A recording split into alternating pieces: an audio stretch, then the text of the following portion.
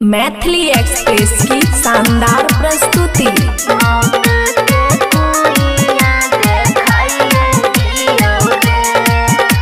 खुशी recording studio बलुआहा।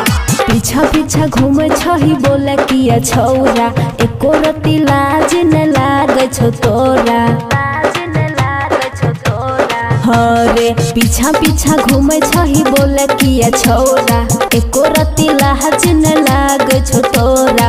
बोले बेसी श्रद्धा तोहर पुराइए दियो रे छौरा रे, मौत के कुइया देखाइए दियो रे छौरा रे, मौत के कुइया देखाइए दियो रे।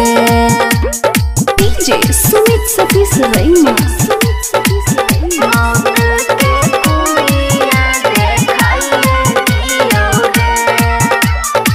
मिक्स बाय अमन अक्के। छोटे छोटे कपड़ा में जो बन लागे छे टाइट रे, देखी देखी बुढ़वा के करे जाई छे फाइट रे। छोटे छोटे कपड़ा में जो बन लागे छे टाइट रे, देखी देखी बुढ़वा के करे जाई छे फाइट रे। अपन जवानी से जिया राजुराई दियो रे छौरा रे, मौत के कुइया देखाइए दियो रे छौरा रे, मौत के कुइया देखाइए दियो रे।